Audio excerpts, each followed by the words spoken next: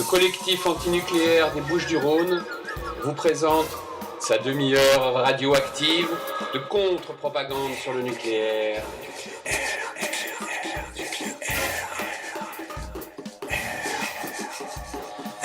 Vous êtes sur Radio Galère dans la demi-heure radioactive, émission animée par le collectif antinucléaire des Bouches-du-Rhône, les 2e et 4e mardis du mois à 14h15. Nous considérons que nous sommes tous et toutes les cobayes de l'industrie nucléaire et que nous sommes tous et toutes les victimes potentielles d'une prochaine catastrophe. C'est pourquoi nous nous efforçons ici de mieux nous informer pour mieux agir. Alors, devant les dégâts irréversibles causés par l'industrie nucléaire sur les êtres vivants, certains antinucléaires pensent qu'une solution transitoire serait de compenser la fermeture des réacteurs nucléaires par une production d'électricité provenant de centrales thermiques, dont des centrales à charbon. Il leur est immédiatement opposé l'augmentation des émissions de gaz à effet de serre qui en résulterait, le changement climatique à venir, les rendant logiquement, mécaniquement complices, voire responsables de la future montée du niveau des océans, de la désertification, de la perte de biodiversité, etc. Ceci est bien entendu un raccourci grossier qui résulte d'une confusion savamment entretenue par la propagande officielle mondiale entre l'augmentation des émissions de gaz à effet de serre, la production d'énergie et la production d'électricité. Le charbon représentant le diable absolu dans cette suite apparemment logique. Alors, on va essayer de décortiquer tout ça, tout ce raisonnement, cette construction, avec notre invité Pierre Péguin, qui est anti-nucléaire de longue date, si ça ne te dérange pas, Pierre, que je dise ça. C'est vrai. C'est vrai. Et qui a suivi en fait, toute l'évolution de l'industrie nucléaire en France depuis ses débuts, c'est à peu près ça, non ? Oui. Donc, et aussi de la propagande et de l'omerta qui ont accompagné cette évolution. Et tu as diffusé tout récemment un texte qui a pour titre « Concurrence des catastrophes. Est-il plus important de lutter en priorité contre le bouleversement climatique ou contre le risque nucléaire ?» Oui, belle question. Bon, alors, donc j'aimerais bien avant de parler de cette espèce de concurrence qui, à mon sens, est inventée dans les catastrophes, qui nous oblige à établir des hiérarchies, des priorités, des liens de cause à effet. Moi, je pense qu'il est toujours important, quand on parle de catastrophe nucléaire ou de catastrophe, en général, c'est de rappeler pourquoi nous, on est anti-nucléaire et pourquoi on pense que la catastrophe nucléaire, c'est gravissime, quoi. Est-ce que tu peux nous expliquer pourquoi on est anti-nucléaire ? Pourquoi tu l'es, toi ? Allez. Il y a beaucoup de raisons à ça. Dans les débuts, c'était effectivement dès le début, c'était l'entrée dans une société policière et militarisée pour protéger le nucléaire qu'on dénonçait. C'était aussi les risques. Et en fait, ce qui nous a alertés de plus en plus, c'est la politique du mensonge et de l'omerta, bien illustrée par Tchernobyl, déjà par des activités antérieures. On a caché des événements graves qui se sont passés en France et dans le monde déjà avant Tchernobyl.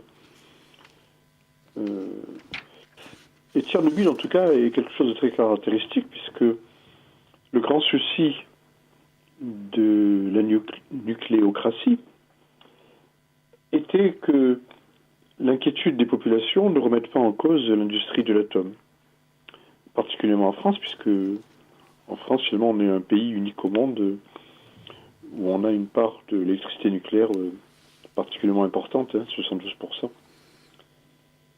Et Tchernobyl est vraiment un cas d'école. Et un cas d'école qui montre aussi ce qui nous menace si nous devons subir, nous aussi, une telle catastrophe. D'abord, on nie la radioactivité présente. Hein. Pour le professeur Pellerin, à l'époque, le nuage de Tchernobyl n'atteignait pas la France, ce qui évidemment était faux, et la multiplicité de maladies de la thyroïde depuis cet événement, en 86, qui est une maladie qu'on peut relier directement, finalement, au nucléaire, du fait de l'iode radioactif qui est diffusé et capté par les thyroïdes. Alors que toutes les autres maladies croissantes, cancer, leucémie, maladie du cœur, on peut toujours dire, oui, il y a la pollution atmosphérique, il y a le tabac, il y a l'alimentation, etc. Toutes choses qui sont encouragées par ailleurs, mais... Voilà. Et donc, nier ces effets, nier l'existence de la radioactivité. Et surtout, on a appris depuis, il s'est développé depuis, que les leaders français du nucléaire ont obtenu de la France et de l'Europe des contrats pour développer ce qu'on appelle des études. C'est les projets ETHOS et CORE, qui étaient, paraît-il, destinés à aider les populations à vivre en zone contaminée, parce qu'il reste quand même en Biélorussie 2 à 3 millions de personnes qui vivent en zone contaminée. Et là-bas, les enfants, 4 enfants sur 5 en gros, ont des problèmes de santé, là où chez nous, il n'y en a qu'un sur 5. Hein. Et des maladies de personnes âgées, enfin. Oui. En plus, oui. Donc, en plus, oui. Voilà. Enfin. Mais le cas des enfants est encore plus révoltant, finalement. On va le voir, parce que donc ces programmes ETHOS et CORE, qui ont été menés essentiellement par Gilles Dubreuil, qui est donc un Français, qui travaillait déjà pour la com d'EDF, à travers le bureau d'études de Mutadis Consultante, était finalement de convaincre les habitants qu'on peut vivre en zone contaminée, que c'est même finalement une chance dans la vie, et c'est un challenge, comme on dit, et qui s'intitule « Vivre dans le jardin nucléaire ». Et moyennant quelques précautions de base, on peut très bien s'y adapter, et qu'en fait, le plus grand danger du nucléaire, c'est la peur que l'on ressent. Et c'est cette peur qui nous rend malades. Et qui rend malades nos enfants aussi, parce que, là c'est en Biélorussie, leurs enfants, parce qu'ils sentent l'angoisse des parents. Et du coup, puisqu'ils sentent l'angoisse des parents et que c'est uniquement psychologique, c'est pas besoin de développer un traitement de base que l'Institut Belrad avait mis au point, à base de pectine de pomme. Les pectines permettent l'élimination des métaux lourds, dont le césium radioactif, le césium 137, qui fait beaucoup de dégâts, en particulier sur les problèmes cardiaques. Il n'y a pas que le césium, hein, strontium, etc. En fait, la phobie, l'histoire de la phobie, c'est assez, parce qu'on a trouvé, des études ont prouvé que les mulots, je ne sais plus quel type de petits rongeurs étaient vraiment impactés par la catastrophe de Tchernobyl. On ne va pas dire que eux, ils sont phobiques. Si, parce qu'ils ont pu lire peut-être les avis des journaux. Il n'y a pas que les mulots d'ailleurs. Hein. Il y a pas mal d'études qui ont été faites et qui montrent d'ailleurs. Bon, non seulement donc que ça fait des dégâts importants, mais également ce qui est encore beaucoup plus grave, peut-être, c'est les dégâts génétiques. Et on s'aperçoit que ces dégâts génétiques sont transmissibles de génération en génération, et que dans une population donnée, le pourcentage d'organismes touchés augmente. Donc on modifie c'est que l'ADN est touché. On modifie l'ADN et la lignée génétique. Et les anomalies de cet ADN est transmissible génétiquement. Par exemple, les enfants des liquidateurs survivants, il y en a quand même quelques-uns avant de mourir qui ont pu enfanter, vivant loin de zones contaminées, donc ayant quitté la zone de Tchernobyl, ces enfants générés et nés loin de zones contaminées transportent des anomalies génétiques et des défauts qui leur ont été transmis, donc non pas par la contamination extérieure, l'alimentation, etc., mais par leur père, au moment de la fécondation de l'ovule. Et eux-mêmes pourront transmettre ça à leurs enfants s'ils ont des enfants. Oui, vas-y, pardon. Voilà.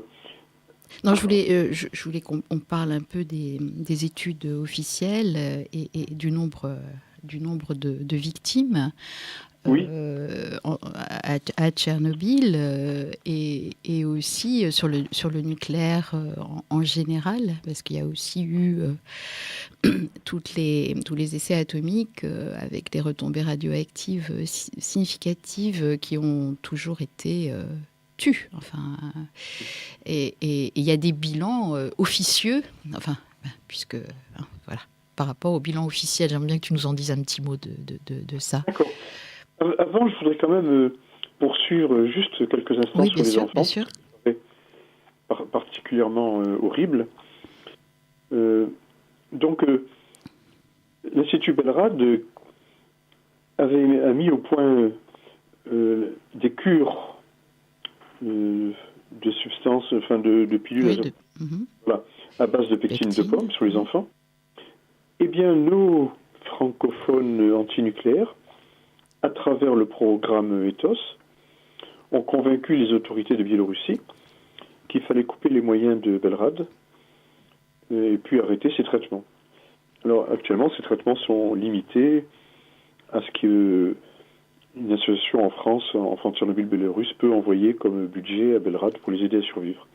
Alors ça me paraît très grave parce que on montre que pour défendre l'idée que le nucléaire n'est pas dangereux, qu'il n'y a pas de conséquences pour la santé, ben on laisse des enfants vivre des vies de vieux dès leur plus jeune âge au nom de cette idéologie. Donc pour moi, ça me paraît très très grave. C'est un crime. Voilà. Et je vais revenir donc maintenant à ta question. Effectivement, les organismes internationaux, pour bien défendre quand même la vie de l'industrie du nucléaire, la vie de l'industrie et de l'armement, bien sûr, parce qu'il y a l'armement qui est derrière, ont reconnu un certain nombre de victimes. Au début, il y en avait une quarantaine. Puis quand même, ils ont été obligés de monter à quelques milliers. Donc les organismes internationaux qui dépendent de l'ONU, comme l'AIEA, et repris ensuite par toutes les instances officielles, dont l'Organisation mondiale de la santé. Voilà, qui de toute façon n'émet rien en ce qui concerne les risques du nucléaire sans l'aval justement de l'AIEA. Qui est l'Agence internationale de l'énergie atomique. Voilà. Et voilà que l'université de médecine, ou la faculté de médecine de l'université de New York, a pu analyser de l'ordre de 5000 documents traduits de l'URSS, etc. Et eux ont abouti à un résultat évidemment très différent. Ils ont estimé que Tchernobyl était responsable d'au moins 1 million de morts, et c'est pas fini puisque les dégâts génétiques pouvant se transmettre, ils peuvent, etc., rendre... oui, là, on parle que des morts, mais on parle pas aussi simplement de gens qui sont malades et qui traînent des ennuis pendant de très longues années de leur vie. Donc voilà, 1 million de morts pour une étude neutre, mais scientifique, contre quelques milliers pour les agences chargées, paraît-il, de protéger la santé des populations. Alors, quant à un bilan plus global, il se trouve que les députés européens écologiques ont demandé à un bureau d'études qui s'appelle le CERI de faire une étude sur le nombre de victimes du nucléaire en tenant compte non plus seulement des victimes directes, mais aussi statistiquement de toutes les victimes distillées dans la population européenne, mondiale, du fait des très faibles contaminations par des faibles doses et même très faibles doses. Parce qu'on sait maintenant quand même qu'il n'y a pas de seuil en dessous duquel la radioactivité n'a pas d'effet négatif. Oui. Et ils sont arrivés à des résultats vraiment étonnants. En 2003, ils annonçaient déjà 61 millions de victimes liées au nucléaire. Et le processus continuant, puisque tout l'ADN du vivant de la planète est touché. Touché d'ailleurs d'abord par les multiples bombes atomiques qui ont été explosées à titre d'essai par les grands pays armés avec le nucléaire, comme les États-Unis, l'URSS, la Chine, l'Angleterre, la France. 2400 bombes à peu près. 2400, oui. Ouais. Et ça touche évidemment maintenant tout le vivant et l'ADN de tout le vivant. Et donc 61 millions en 2003 de victimes, le double de cancer. Depuis 2003, ça a continué, donc on doit être actuellement bien à 70 millions de victimes. Et tout ça, évidemment, on n'en parle jamais. Et c'est 61 millions de victimes depuis, enfin, entre les débuts... Le début de nucléaire, depuis les années 40. Quoi. Depuis les années 40 jusqu'à 2003, d'accord. Ouais. Et 61 millions de personnes, Ouais. C'est un chiffre terrifiant. Ouais. Terrifiant. Enfin, on met 61 millions de personnes, enfin, c'est la population française. Ben oui, pratiquement. Voilà. Donc, c'est un chiffre. Parce qu'on s'habitue tellement, et on nous habitue tellement à parler en milliers, en centaines de milliers, en millions de morts, qu'on ne sait plus ce que ça veut dire. Ouais, ouais. Mais 61 millions de morts, c'est la population française, disons ça. Voilà. Et ça, c'est un chiffre que personne n'évoque jamais. Non, personne ne l'évoque. Enfin, par nous. Voilà. Mais nous, on est des menteurs, on sait bien. Oui, ça. C'est pas neutre, ce qui est vrai d'ailleurs. Oui. Mais enfin, on s'appuie sur les données qu'on trouve. Alors, Oui. l'autorité de sûreté nucléaire, l'ASN, a essayé d'établir un document contredisant ces données, mais c'est pas très convaincant finalement. Parce que d'abord, les pro-nucléaires cherchent toujours à oublier, entre guillemets, les effets des contaminations. Or, cette contamination qui poursuit les populations pendant des centaines d'années, puisque ça touche le végétal, l'animal, donc l'alimentation, la respiration.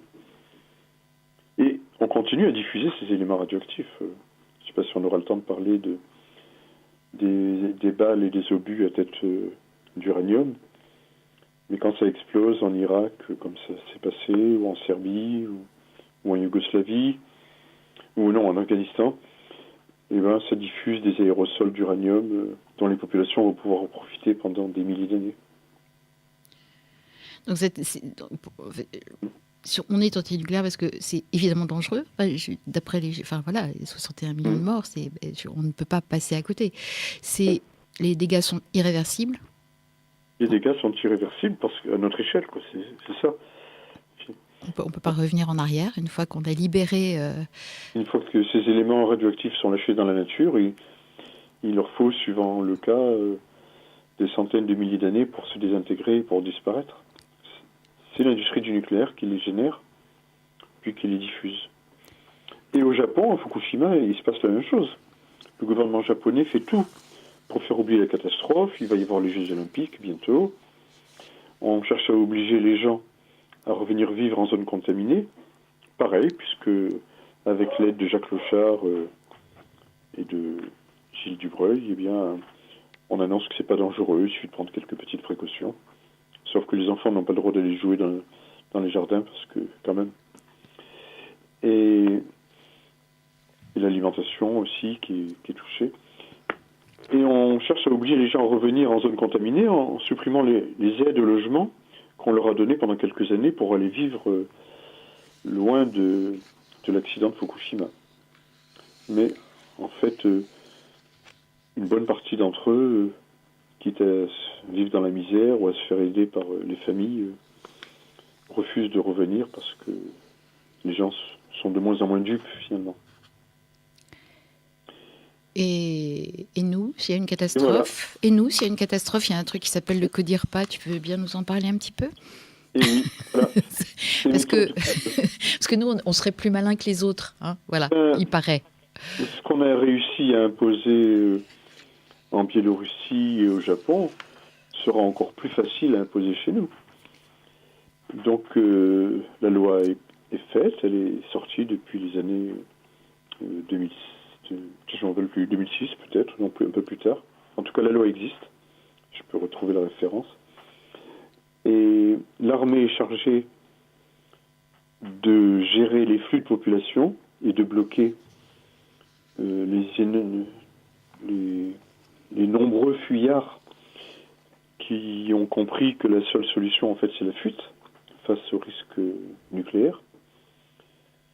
Mais de toute façon, les routes seront tellement encombrées, l'armée bloquera, et ne seront autorisés à fuir que dans une zone limitée de 5, 10, 15 km en fonction du vent. Et tous les autres, sur des centaines de kilomètres, bien sûr, qui seront touchés quand même par la radioactivité un second degré par rapport à ceux qui habitent plus près, seront condamnés à rester sur place, sauf ceux qui arriveront à passer à travers par des petites routes connues que d'eux-mêmes. Et on voit mal d'ailleurs comment on peut évacuer de grandes agglomérations. Par exemple, dans la vallée du Rhône, est-ce qu'on va évacuer Marseille s'il y a un accident à Tricastin avec le vent du Nord?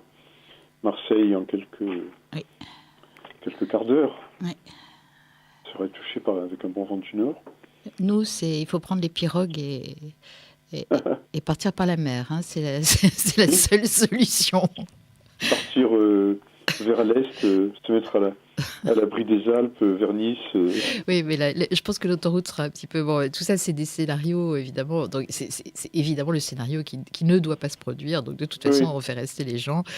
Et donc, il y a un programme. Là, j'ai la version finale, mais c'est peut-être pas la version finale qui date de 2012, qui est le CODIRPA. Donc, c'est l'élément de doctrine pour la gestion post-accidentelle d'un accident nucléaire. Tout ça est tout à fait... écrit, il y en a 100 pages, et avec, par exemple, des axes importants, comme par exemple soutenir et redéployer l'activité économique. Hein. Il ne faudrait surtout pas que dans les territoires contaminés, on arrête de produire, ce serait quand même... Oui, absolument.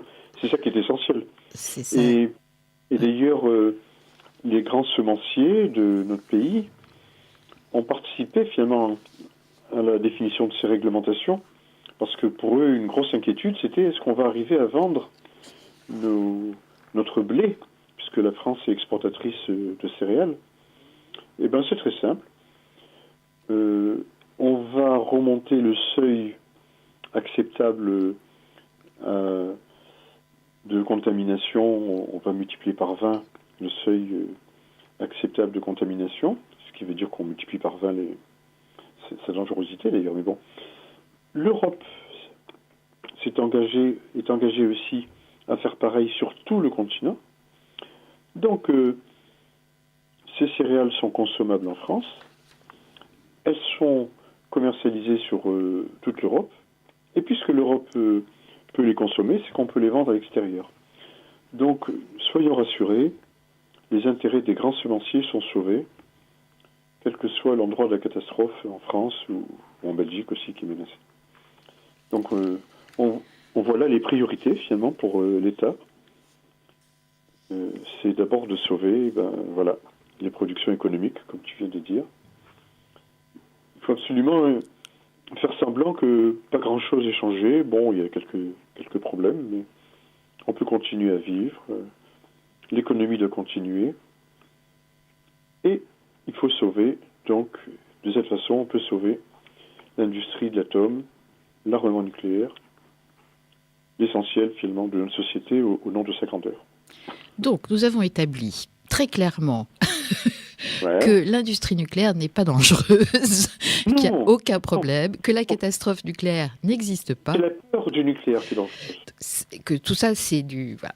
Donc, par contre, on ne parle plus que de catastrophe climatique. Donc... Et voilà.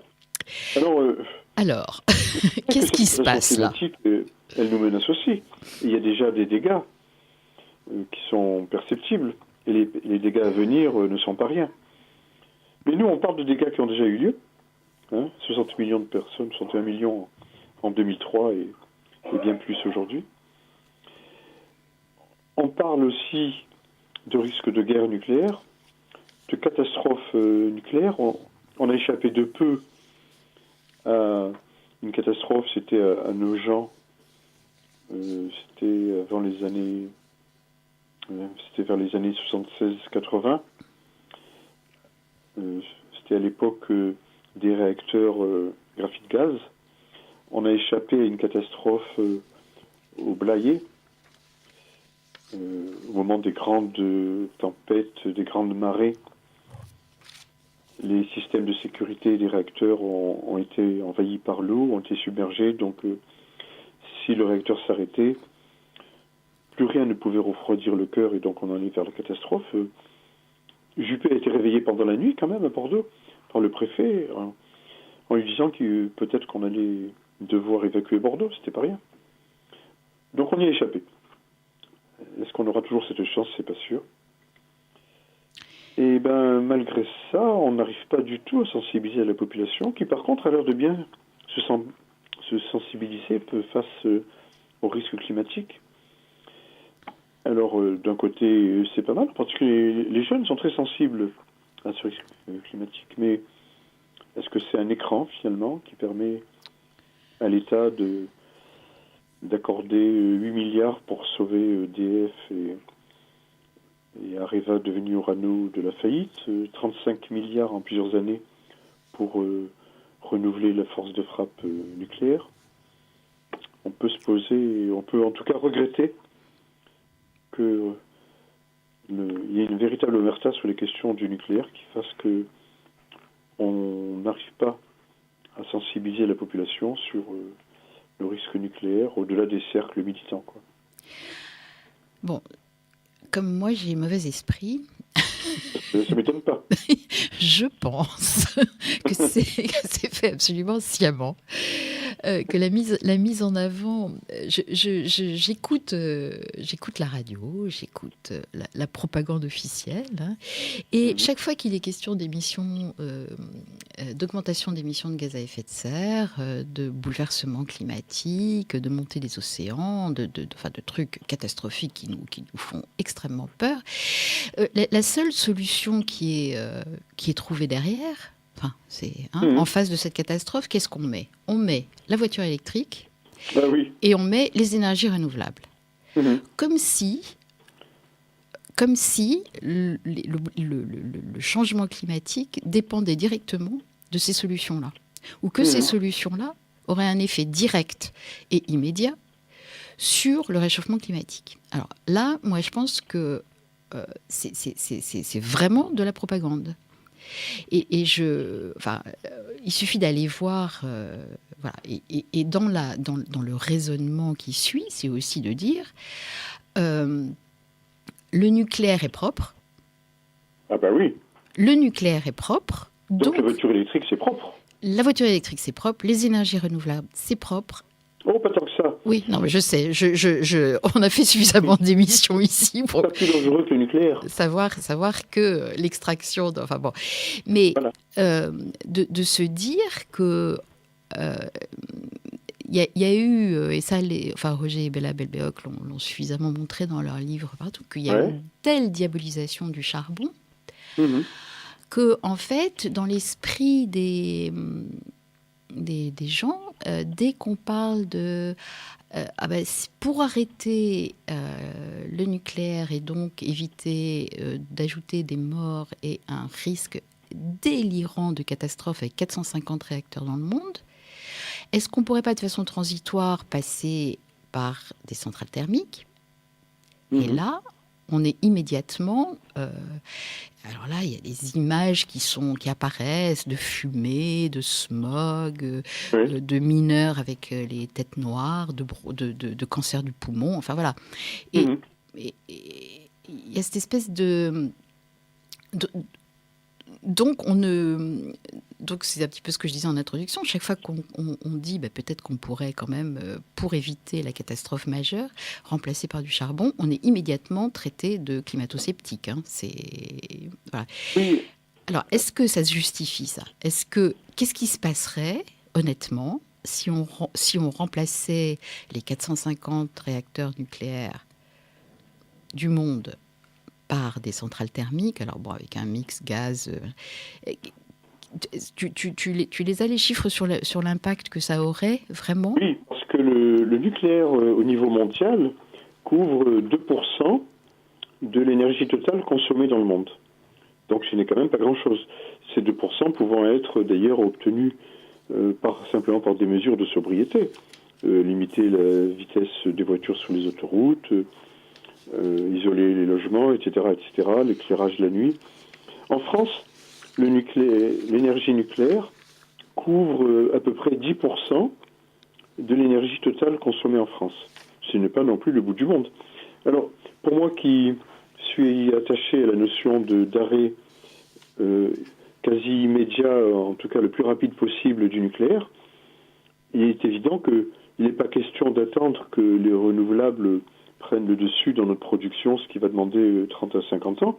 Ce qui n'est pas possible. Et ça veut dire qu'il faut, au-delà de mesures de sobriété qui devront être imposées, mettre en route et construire des centrales thermiques. Alors, je suis d'accord que le charbon, et surtout certains charbons comme la lignine, sont plus polluants que d'autres énergies, parce que le charbon contient pas mal d'impuretés, et du coup, pour moi et pour d'autres, la solution, c'est plutôt des centrales au gaz qui ont l'avantage de produire un peu plus de vapeur d'eau et un peu moins de gaz carbonique, parce que c'est la formule des molécules de gaz, méthane, butane, propane. Et d'autre part, d'être plus pur, donc d'avoir moins de saloperies à envoyer en pollution, de pouvoir être mise en route très vite, construite à peu près en 3 ans, et leur mise en route peut être à l'échelle de quelques minutes pour suivre les fluctuations des productions plus aléatoires du soleil et du vent, même si globalement, dans un pays comme la France, les choses s'étalent un petit peu. Quand il n'y a plus de vent à un endroit, il peut y en avoir à un autre, etc. Oui, mais on va pas rentrer dans le débat des énergies renouvelables mais en fait, on sait bien que c'est pas le même type de production d'électricité. Donc là, pour le moment, on est dans un état centralisé avec une production quasiment nucléaire. Donc on peut pas remplacer 75% de production d'électricité par des éoliennes, ce qui voudrait dire en mettre 60 000 sur le territoire, extraire des terres rares. Oui. Enfin bon, mais si tu veux, je regardais le livre Arrêt immédiat de Jean-Luc Pasquinet, Pierre Lucot. Voilà. Juste son nouveau bouquin.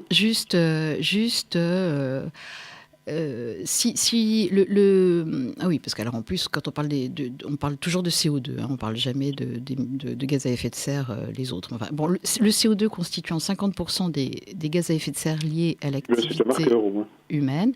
Si l'on remplaçait tout le parc nucléaire mondial par des centrales thermiques, donc un mix, j'imagine, les émissions de gaz à effet de serre augmenteraient en théorie de ce même pourcentage, compris suivant les calculs entre 0,26% et 2,1%. C'est ça, oui. Donc, j'ai regardé un petit peu. La déforestation, c'est 20% des émissions de gaz à effet de serre. Oui, il y a tellement d'autres choses sur lesquelles on peut jouer. L'agriculture, l'industrie, enfin, c'est... Oui. Et on nous culpabilise, nous, anti-nucléaires. Voilà, quand on dit... voilà. Donc, cette concurrence entre... On sent bien là qu'il y a quelque chose entre... on ne peut pas arrêter le nucléaire parce que ça va faire augmenter les émissions de gaz à effet de serre. C'est ça le cœur du truc. Oui, bien sûr, oui, ça se retourne. On utilise ça contre nous. D'ailleurs, s'il est vrai que les producteurs les pétroliers américains veillent à soutenir les climato-sceptiques avec des budgets considérables, c'est vrai aussi que le GIEC, le groupement qui étudie le climat, est soutenu largement par les pro-nucléaires, ça c'est sûr. Parce que c'est évident que c'est du pain béni pour les promoteurs du nucléaire que de mettre en avant le dérèglement climatique. Exactement, ça les arrange vraiment bien. Oui. Et je voulais juste rementionner Monsieur Jancovici, conseiller de Monsieur Hulot. sur les questions énergétiques. Je suis allée... juste une petite phrase prise au hasard sur son site. Ouais. Si nous y regardons d'un peu près, le charbon est de très très loin la plus dangereuse des formes d'énergie que nous utilisons sur Terre, qu'il s'agisse des impacts sanitaires ou environnementaux. Voilà. Donc, donc évidemment, la suite logique de tout ça, c'est bien qu'il donc là il parle quel monde idéal existe-t-il des énergies sans CO2 et comme par hasard apparaissent immédiatement la surgénération. Ah ben bien sûr. Hein, donc ça c'est Super Phoenix qui a vachement bien marché et la fusion ITER.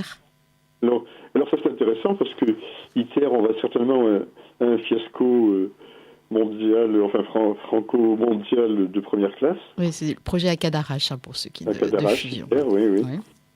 Et d'autre part la surgénération, enfin les réacteurs au plutonium, dont un projet existe pour une construction à Marcoule. En fait, ce projet, avec les difficultés financières actuellement du nucléaire et de l'État, est mis un peu en sourdine en ce moment.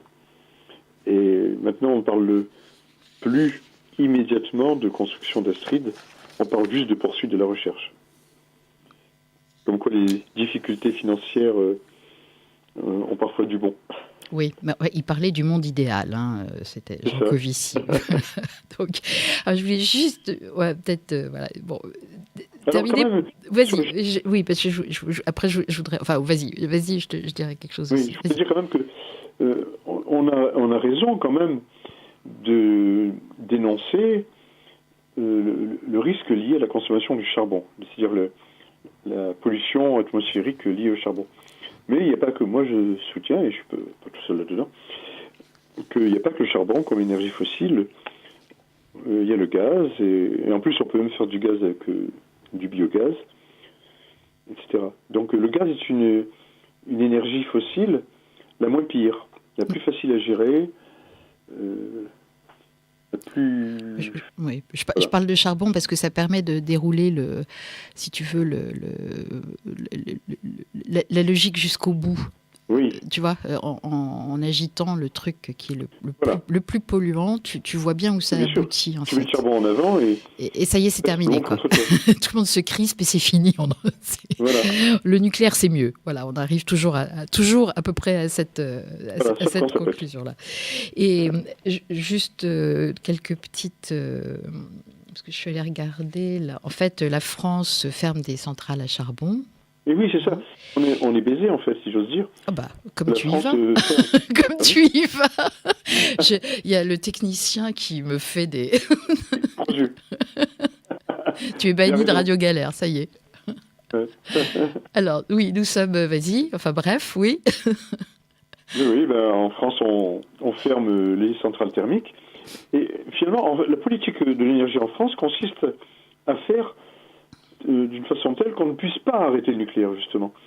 On est à la traîne des pays voisins pour les renouvelables, même si c'est eux qui nous alimentent au moment des pointes.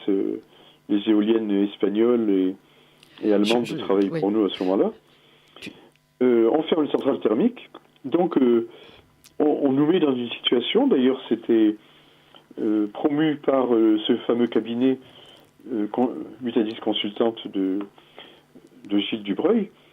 Il faut donc qu'on ne puisse pas s'en passer. Voilà, on s'arrange pour qu'on ne puisse pas s'en passer. Oui, comme personne n'a envie de les fermer, puisque de toute façon, on peut... Voilà. Et juste, on ferme, donc nous, en France, on ferme des centrales thermiques, donc la logique voudrait que les émissions de gaz à effet de serre baissent, puisque c'est ça ce qu'on nous oppose à chaque fois. Et là, voilà, à partir de 2015, en France, les émissions de gaz à effet de serre augmentent. Oui. Pourtant, l'industrialisation diminue. Voilà. Parce qu'elle augmenterait encore beaucoup plus si on avait gardé l'industrialisation plutôt que de l'externaliser vers l'Orient, Chine, en Thaïlande, etc. Voilà, donc la logique, en Allemagne, où on nous dit qu'ils utilisent du charbon pour combler leur sortie du nucléaire... Ils consomment moins de charbon, qu'avant l'arrêt de la moitié de leur parc nucléaire. Et ils émettent moins, enfin la progression, ils sont en diminution de l'augmentation, mon Dieu, je parle comme Macron, des émissions de gaz à effet de serre, alors que nous, on augmente. Donc la logique qui voudrait que, ne fonctionne pas. Pour moi, personnellement, je pense que tout ça... évidemment, les émissions de gaz à effet de serre sont liées à notre système de production globale, enfin productiviste, il n'y a pas que l'énergie. Et centralisateur, et il y a les pesticides, et la déforestation, et le transport, et l'industrie, etc. etc. Et que se focaliser sur regarder le problème par le petit bout de la lorgnette en disant aux gens, ben non, ça va se régler avec des voitures électriques et de l'énergie renouvelable, c'est d'une part nous prendre pour des imbéciles, et d'autre part vouloir cacher l'éléphant qui est dans la pièce. Hein. Oui. Et tout ça n'est pas anodin, à mon avis. Et oui, et c'est aussi volontairement qu'on augmente les besoins en électricité. Au lancement du parc nucléaire, c'est le chauffage électrique, qui est une spécificité française aussi. Il y a des pays où c'est interdit. Ensuite, ça a été la clim. Et maintenant, c'est la voiture électrique qui est chargée de sauver la production nucléaire. Il faut absolument que notre consommation d'électricité augmente. En fait, elle n'augmente plus depuis quelques années, elle stagne. Oui, elle stagne. Mais on va là... oui, et la boucle est bouclée. Voilà, oui, la boucle est bouclée. On évite les émissions de gaz à effet de serre par la voiture électrique, mais la voiture électrique consommant de l'électricité, on est obligé de garder le nucléaire. C'est merveilleux. Tout ça est d'une logique imparable. Ouais. C'est bien, hein. Et les 61 millions de morts d'abord... Et les enfants qui vivent en territoire contaminé. Ouais, on n'en parle pas. Ouais. Heureusement qu'on est là, hein. Vive Radio Galère. Vive Radio Galère. Bon, Pierre, je te remercie. J'ai ouï dire que tu avais écrit un livre. Oh, ça c'était il y a longtemps. Non, c'est notre fille aînée, Cécile, qui a fait un livre sur nous. Ah, c'est pour ça que tu n'en parles pas, parce que tu es modeste. Non, c'est ses parents antinucléaires, voilà. Elle fait un livre. Mes parents, en fait, c'est notre parcours un peu global, dans lequel il y a beaucoup d'antinucléaires, effectivement. D'accord, très bien. Et on peut le trouver quelque part, ce livre ? Nulle part, autrement qu'en nous le demandant. Bon, je te le demanderai. Très bien. Il faudrait que tu me mettes ton adresse. D'accord. Mais je ne vais pas la donner à l'antenne, ça va. Bon, bon courage à tout le monde. Merci Pierre d'avoir passé ce moment avec nous et puis de nous avoir rappelé pourquoi on est... voilà, les fondamentaux. Oui, écoute, c'était très bien. J'espère que j'ai pas été trop endormant dans les débuts où j'ai parlé... La fin était plus animée grâce à tes interventions. Mais il n'y a pas vraiment de quoi se réjouir dans ce que tu nous as dit au début. Donc, non, vraiment, oui. Merci Sidi à la technique. Il faut quand même garder la joie de vivre. Allez. Voilà. Et donc, vous pouvez retrouver toutes nos émissions depuis 7 ans. Oui, nous sommes fidèles. C'est ça oui. sur la chaîne YouTube du collectif Antinucléaire 13. Voilà. Bon courage à tout le monde. Au revoir. Au revoir.